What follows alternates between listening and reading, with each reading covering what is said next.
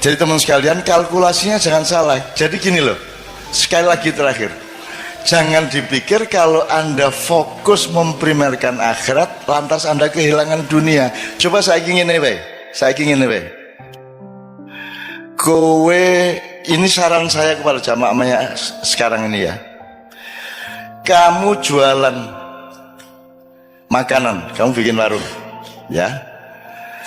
Fokus kamu itu apa yang kamu senangi untuk kamu jual, atau apakah yang akan disenangi pembelimu? Gue nuruti karepmu apa nuruti karepe sing tuku? Membeli. Berarti kamu melayani mereka, bukan melayani seleramu sendiri, betul enggak? Betul ya? Dan selama kamu buka warung itu, kamu melayani mereka dengan baik, bersikap dengan baik, bersih warungnya, wangi, pokoknya sarwa mengenakkan mereka.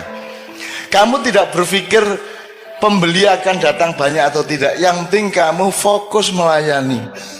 Saya oleh Allah diberi fadilah berupa pinter dagang makanan, maka saya lakukan itu. Sementara nek kowe fokusit ila dunya, piye carane ngemplang, ya ta? Tuku teh nek ning warung ki wis diudak, wis diracikke, nek nang McDonald kan kuwi men disuguhi cangkir karo banyu panas, terus teh seleke lepeke njur kuwi kon ngene dhewe. Sehingga Kartolo pelawak Surabaya ku mangkel. Diancuk aku tuku iye. Tuku dikon gawe dhewe iki apa iki gitu. Tuh makin modern makin pelit, Mas. Saya tidak tahu kantin di kampus UNES atau di Undip itu mahasiswa antri terus red itu ya, itu bayar sik lagi mangan apa mangan sik lagi bayar? Ada yang kalau bayar dulu berarti peradaban kita anjlok seanjlok-anjloknya. Berarti manusia saling tidak percaya secara sangat serius satu sama lain. Saya dulu pernah menulis di salah satu buku Silit Sang Kiai, yaitu Mbah Wongso. Mbah Wongso itu kalau malam pokoknya mulai barisa dia wis lungguh ning pojok Wiro Brajan kae ya. Pokok iki mikul saka ngomas iki kuno ini pikulannya di tengah, ditaruhin kompor sama meja, terus sini nggone panganan-panganan, sego-sego kucing, kene jajan-jajan sak piturute, terus kompor gelas di sekitar dia. Jadi dia semalaman duduk di situ, tidak bisa berdiri. Terus nanti jam 10 bengi kan dia wis ngantuk, wong wis tuwa. Dadi engko dhek teh kalih Pak, nggih. Terus dhek ngeracik uruk-uruk ngantuk. Terus engko tangi meneh. Terus ngesoki panas iki, banyu panas umep ya, disokke sret. Tengah-tengah ngesoki mengantuk, Mas.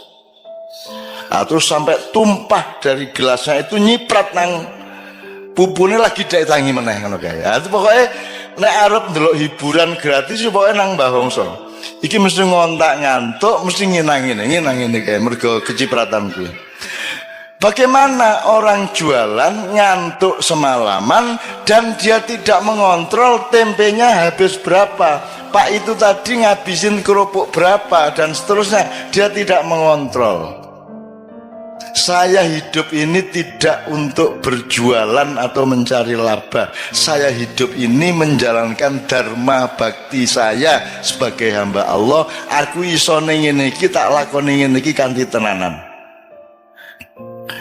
Perkara kamu bilang makan tempe telu kok ngaku siji, kowe kerupuk 14 ngaku ming 4. Aku ndek kanca biyen kerupuk seneng banget dhek. Dadi nek hitung-hitungan lem nasi berapa? 2,5. Teh 2. Kerupuk 19. Wakai mangan grup. Dan itu saya Zaman aku kaya sak umur kowe ya padha wae melarat aku dibanding kowe saiki. Iku iso tuku pulsa biyen ra ono. Jadi ada namanya warung Gua Hiro di Jogja itu. Kita sebut yang menyebut Gua Hiro itu saya mergo ning nggon cedak beteng kae ono sak kluwekan niku dodol tahu guling. Apa tahu guling? Ya tahu guling. Semacam tahu lontong kalau Jawa Timur. Saya sama teman-teman seniman makan tahu guling 3, apa kerupuk berapa, tempe berapa, teh berapa, kopi berapa. Terus bu sampun bu, jam 2 bengi kae. Nggih nak, napa mawon niki tahu gulungnya sekawan. Nggih. Teh panase sekawan tambah kopi kalih. Nggih. Tempene wau pira 7. Nggih. Kerupuke 20 nggih gitu ya. Pokoke nggih. Pun pinten Bu? Napa wau? Awet ae. Coba indahnya hidup itu coba.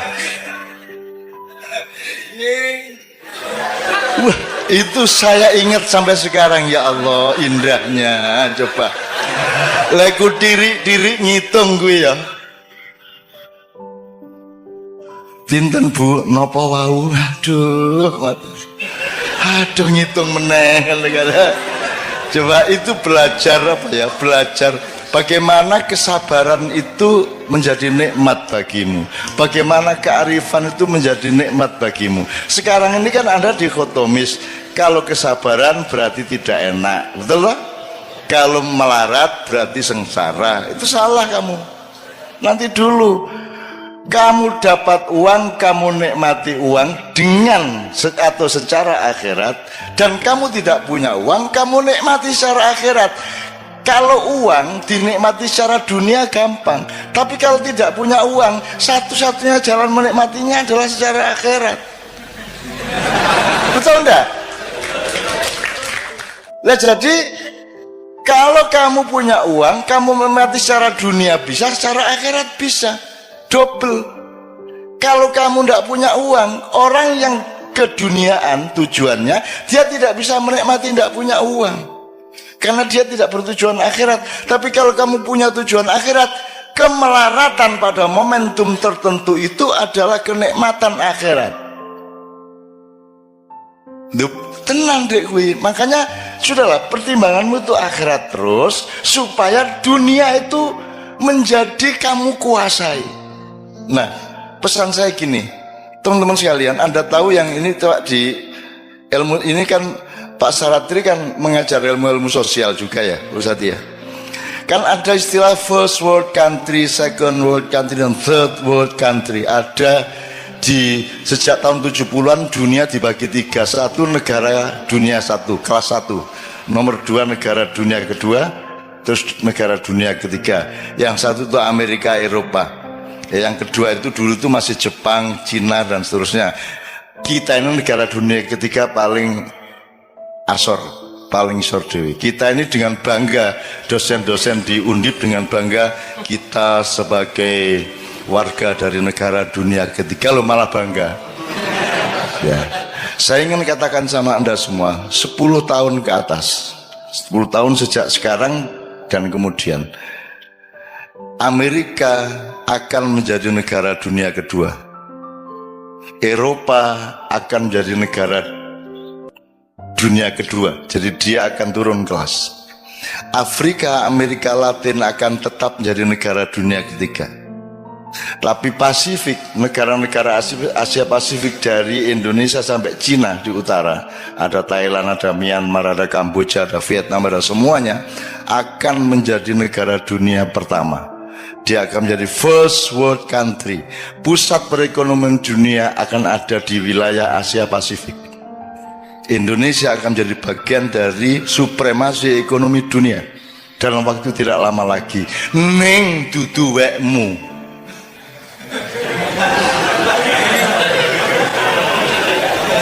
Weke Cina. Ya.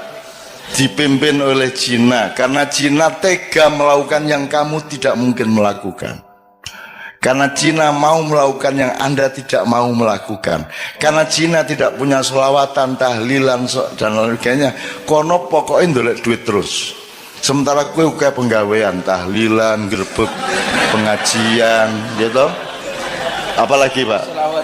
Selawatan, ma'iyahan, manakipan, segala oke banget penggawean, sehingga konsentrasi keuangan dan materialismenya turun gitu ya. Nah teman-teman sekalian, yang saya ingin omongkan di sini dengan sudah ada bekal wabtagi ad-darul akhirah fima atakallah, itu ya kalimatnya, diingat-ingat, carilah akhirat pada atau di dalam apapun yang Allah kasih.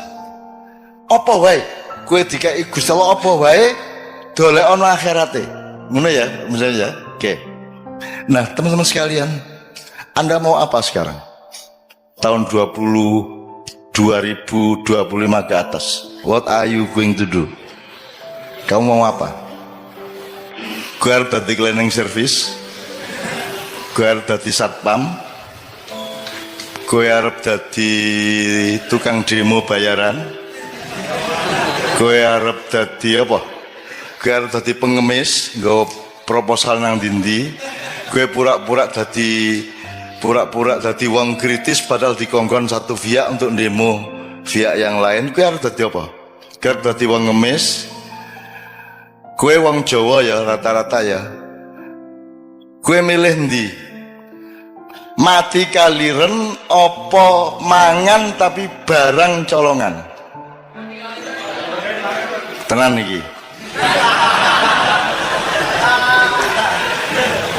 Ngene, gue tahu ngerti to ceritane ana macan digodha kancil. Muangkel banget to kancil kuwi. Muangkel macane. Akhirnya diuber mlebu alas kae semak-semak ilang. Akhirnya ana kebo. Boh. Ngerti ra ning ndi kancil mang? Ngerti jare kebo ngono. Ning ndi, Bu? Ya tak dudu ning ambung sik bokongku. Akhirnya macan nyium pantatnya. Terus kerbau menunjukkan ini kan mau nenggon semak-semak kono kae. Wah, macannya lari. Ada bener, lari lagi, hilang lagi. Ketemu babi. Bibi, kowe ndelok kancil ora? Ana kuwi mau mlayu rono. Ning ndi persisnya ndi? Ambung sik silitku. Akhirnya si macan ngambung silit babi. Didudui sama babi. Pokoknya ning kono kae ana wit-witan kae ketoke ndelik ning wite. Parane karo macan ilang meneh. Akhirnya ketemu siri-siri. Ganti siri-siri. Ambung sik silitku nek pengen ngerti. Ora ngerti siri-siri ta? Orang ngerti siri-siri? Kurang tahu krungu? Ayo nek kepingin ngerti, dilaten sik silitku. Inilah yang terjadi di Indonesia sekarang. Bukan hanya terpaksa, bahkan orang melamar untuk ngambung silit. Ya ra? Saiki ki ning Indonesia sarjana wong pinter-pinter, wong ampuh-ampuh, royoan mbuh universitas iki iku royoan untuk ngelamar ndilat silit ben urip. Ya ra, ben iso mangan, ben duwe mobil apik, ben duwe jabatan, ben iso melu ngerampok. Ya ra? Wes, sesuk kowe ketemu kanca-kancane siri-siri nang ndi? Apa kuwi? Pengen ngerti kowe? Terus langsung kok bukanya ya.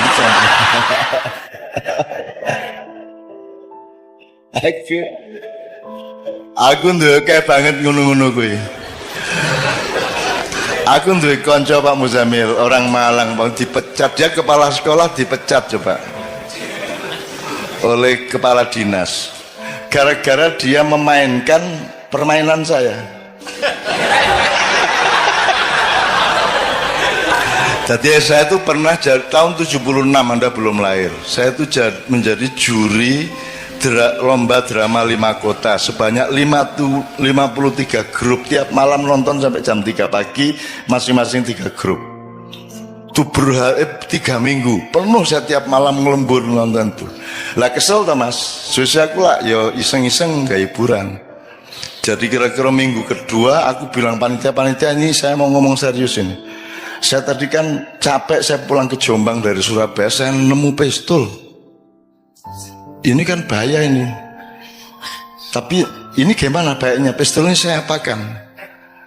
Loh, yuk pistolnya. Saya ini tolong dicari dulu, saya apakan ini? Apa saya serahkan polisi, tentara, atau tolong diantar saya nggak mau bawa pistol kemana-mana. Itu. Wah, akhirnya mereka rapat Mas, panitia, terus takonang kodim, takonang Kapolres segala macam. Wah, pokoknya sampai sore mereka belum bisa jawab. Menjelang maghrib mereka datang. Cak, ini sudah kita cari jalan. Pokoknya nanti petugas-petugas itu akan rombongan ke sini untuk ngambil pistolnya.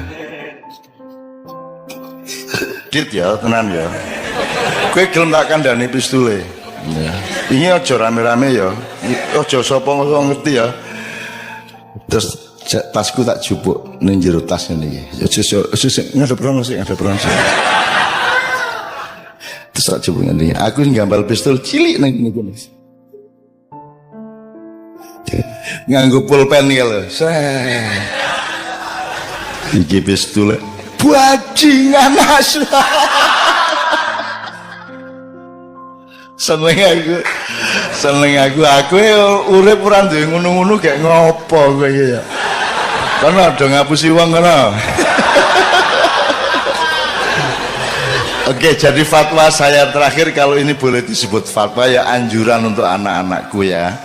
Anda akan menghadapi dunia yang sangat serius di mana Indonesia akan ikut moncer. Pertanian akan maju tapi bukan milik petani. Petaninya tidak ada yang petani tapi buruh tani. Pemiliknya adalah konglomerat. Semua gedung yang tinggi hanya 1-5% yang bukan milik asing. Semua mesin materialisme, mesin kapitalisme semua milik mereka.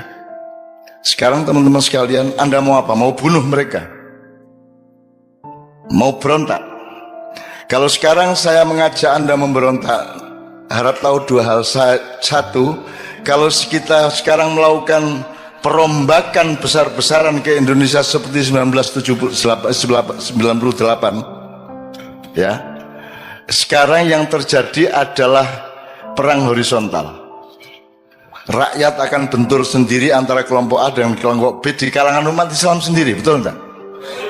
Nah, jadi tidak mungkin saya lakukan itu. Nomor 2, andaikan saya melakukan perombakan atas Indonesia, aku orang ngejak kue wis angel-angel maknyahan tetap melarat kaya ngene, mosok tajak revolusi.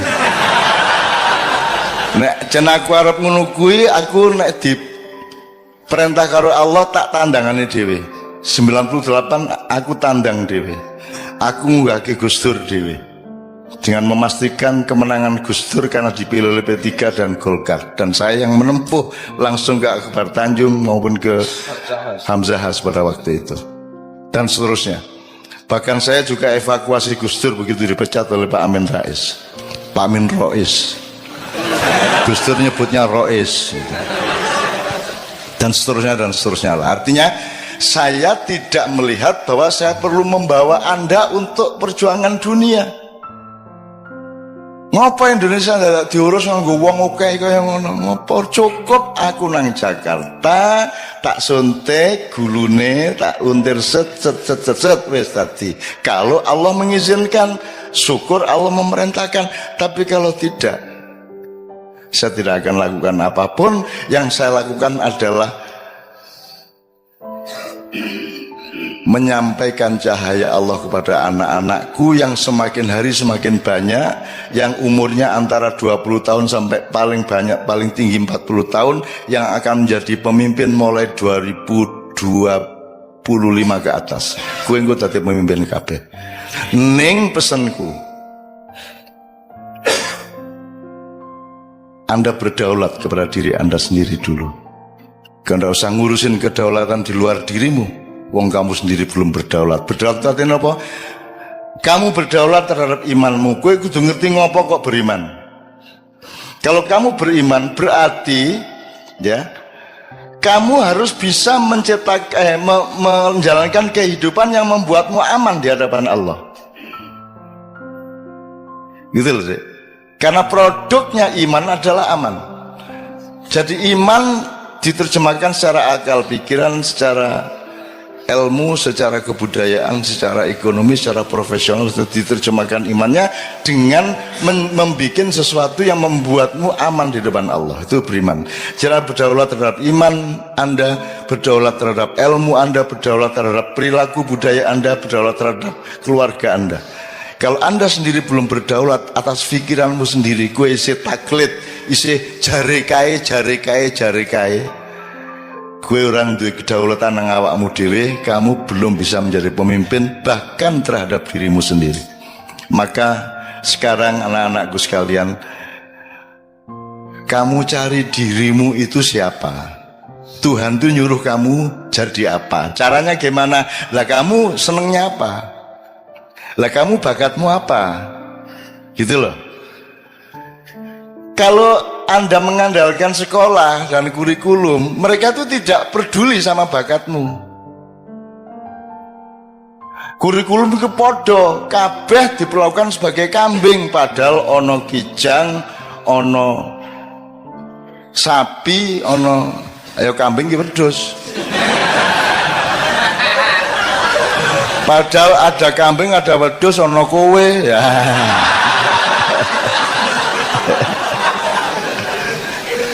Maksud saya, mencari dirimu sendiri itu maknanya jangan muluk-muluk. Kamu punya kecenderungan apa? Mulai dilihat sekarang kamu itu. Kamu, wah aku seneng ya karo kopi iki tak dodolan, aku tak gawe warkop wae. Wah aku seneng iki nandur-nandur, tak jajal, tak jadi cilik-cilikan jadi petani organik misalnya. Aku seneng ya IT iki. Ya, terserah Anda itu kecenderungannya apa. Itu namanya fadilah. Faddalallahu ba'dan ala ba'din. Temukan dirimu yang Allah konsep. Kalau di sekolah kan, sekolah tidak peduli sama Allah dulu kasih apa kepadamu. Kan begitu. Maka kamu sendiri yang harus cari siapa dirimu, kecenderunganmu apa, bakatmu apa, dan carilah bahagia. Karena bahagia itu hanya dengan Allah. Jadi kamu mosok kon dosen tapi ngersulo. Aja ngersulo. Kamu temukan nikmatnya akhirat di dalam pekerjaanmu sebagai dosen. Kan begitu. Kamu jangan ngersulo. Kowe ngojek ning karo grundel benasu ngojek aku. Aduh.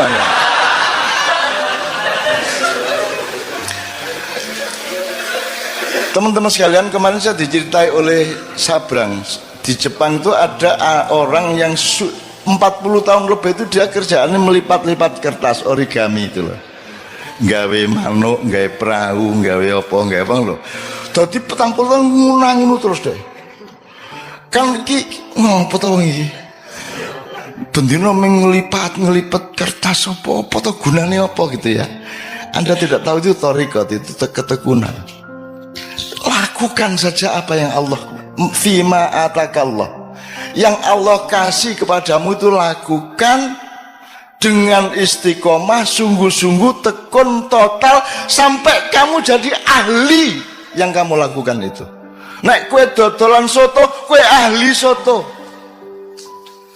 Nanti ketika Indonesia menjadi negara dunia ke-1, kamu adalah pakar, kamu direktur atas hidupmu sendiri. Kamu dibutuhkan oleh konglomerat. Bahkan kamu akan jadi konglomerat. Dan tidak apa-apa menjadi konglomerat asal kamu temukan nikmatnya akhirat di dalam konglomerasi yang kamu jalani. Gitu loh, Dik.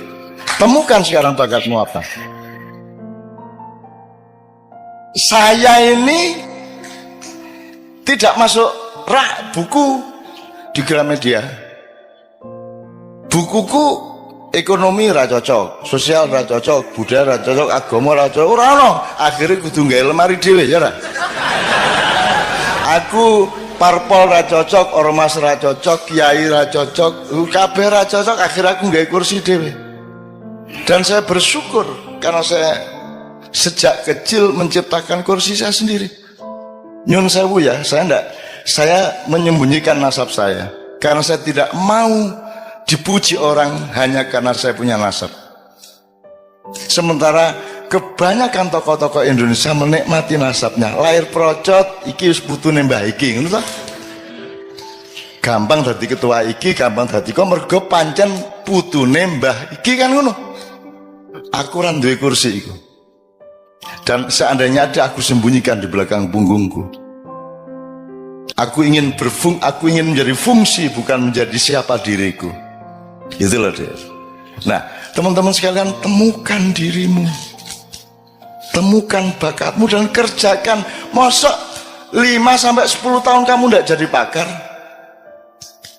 Jadi misalnya Pak Ilyas, sampai dia ngerti betul dunia dosen dengan segala dimensinya. Psikologi ini mahasiswa, latar belakang ekonominya mahasiswa, budayanya mahasiswa, kampus kipiye, semua dia tahu persis. Sehingga seperti origami tadi, sekarang si bapak yang si mbah yang penggawean melipet-lipet itu digoleki NASA. Karena mereka ingin bikin satelit yang efisien, yang bisa menyerap energi dari matahari tapi tidak terlalu gedabiah.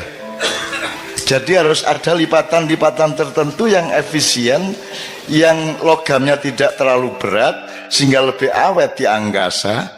Dan itu yang bisa menguasai itu hanya seorang ahli origami. Jadi gue saiki opo tentok ke awakmu, mumpung gue isih nom, dan tekuni sampai habis. Iki tenan. Lah aku iki apa? Saya tidak menekuni bidang apa-apa karena saya bukan bidang. Saya bukan kamar. Saya bukan perabot. Aku ini ruang. Aku ini menampung semua perabot. Aku terdiri dari kamar-kamar yang bermacam-macam. Kamu jangan memasukkan aku ke dalam kamar, karena kamar itu sempit bagiku dan tidak cukup, akan pecah itu kamar untukku. Ngono rek nek arep penyair lho. Ya. Maka saya tidak membutuhkan dunia ini. Karena aku disuruh menolong kalau ada yang darurat di dunia ini. Masa saya butuh dunia? Saya butuhnya Allah. Bahwa Allah kemudian menyayangi saya dengan mencuelkan dunia untuk saya, itu Allah kasih, bukan karena saya mencarinya. Dari soal istri sampai soal harta sampai soal ma'iyah, saya tidak pernah minta dan saya tidak pernah merebut dan saya tidak pernah bercita-cita. Orang tahu kok, wah tak rapi karo artis ya. Orang tahu. Pokoknya dilalah acara bareng karo Kiai Kanjeng ning Senayan, buka bareng tak lamar ngono wae. Atine pengen ngelamar tak lamar. Nesu to. Ora tau ketemu lagi pisang ngelamar nesu. Nah, menurut gayanya nasib dari Allah, nek cah wedok nesu ning ati tingkat kene berarti arep dadi. Jadi nek ana cah wedok benci nang kowe, berarti nanti kalau dia mencintaimu dia akan luar biasa cintanya. Semakin dia benci kepadamu, semakin tinggi energi cintanya untukmu. Oh no. Kecuali yang tidak.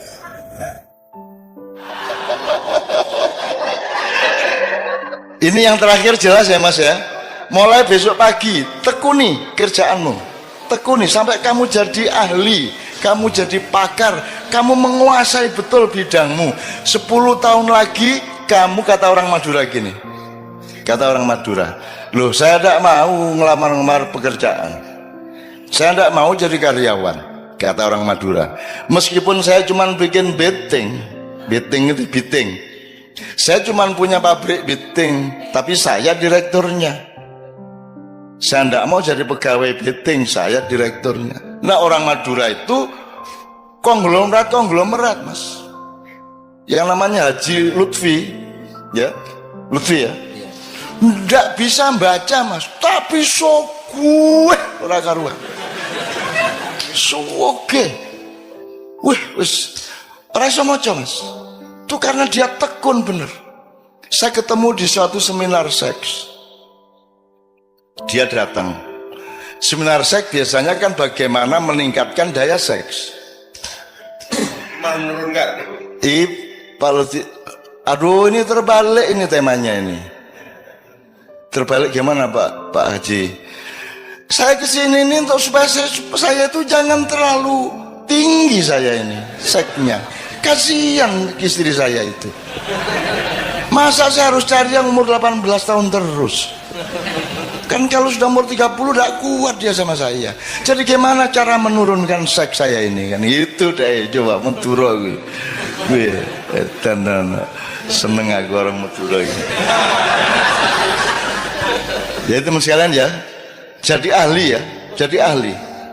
Aku kira tahu tanggung-tanggung loh rek. Ngelakoni apa wae tenanan. Tenanan itu tidak hanya sekarang. Tenanan itu diuji oleh waktu selamanya. Kita tidak tahu masa depan sama sekali. Kita tidak tahu akan meninggal umur berapa. Kita tidak tahu Israel akan datang ketika kita berusia berapa. Pokoknya kita lakukan terus. Nek carane wong main remi di Jawa Timur, pokok iki kartu iki nek tak tokno badi arek iki. Gepeng kaya ilir gak tak tokno kartu iki.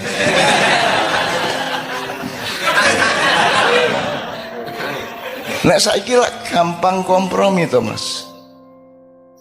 Gampang kompromi. Kemarin PDIP, terus mencalonkan diri PKB, terus mari ngono ganti meneh Nasdem, kan gitu. Pokoknya apa yang dia badi, karena dia tidak punya dirinya sendiri, dia tidak punya keistimewaan, dia tidak punya fadilah yang dikasih Allah kepada dia. Nah, temukan fadilah dari Allah kepada masing-masing, maka kamu sudah dijamin oleh Allah bahwa akan aku lebihkan kebunmu asal engkau mencari aku dalam hidupmu. Ini ya, tepuk tangan untuk Allah Subhanahu wa taala. Sudah pernah ada kiai mengatakan tepuk tangan untuk Allah? Belum pernah ya. Kira-kira menurut fikih bagaimana? Allah tidak akan terpengaruh oleh tepuk tangan. Jadi tepuk tangan tidak menentukan baik atau buruk. Yang menentukan adalah niatmu apa. Anda bersyukur, ya toh? Tepuk tangan untuk bersyukur toh, seneng toh, ya top gitu kan. Loh, Mas, orang itu sering karena berpikirnya materialis dan keduniaan, yang dilihat itu barangnya, ucapannya, bukan muatannya. Gitu loh, Mas. Orang tuh saking, wah, jos, Allah ki jos tenan, isa bangun itu Mas. Wah, top tenan Allah, kan gitu. Boleh ndak itu? Kalau menurut tadi itu protokoler ndak boleh. Allahu Akbar, Allahu Akbar. Lihat nih orang lega tau nek gue wong Semarang. Allah iki jos ndak.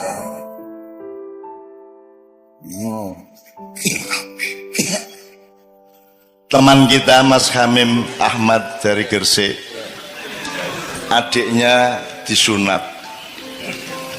Sunat iki lak macam-macam reagine cah cilik. Ana sing aduh, ngono kan. Iki adikne Hamim. Hamime ya kurang ajar kaya ngono kae. Disunatnya anak Gusti Allah matane. Allah iki ana wingin biar Gusti Allah di mata-matakno lho.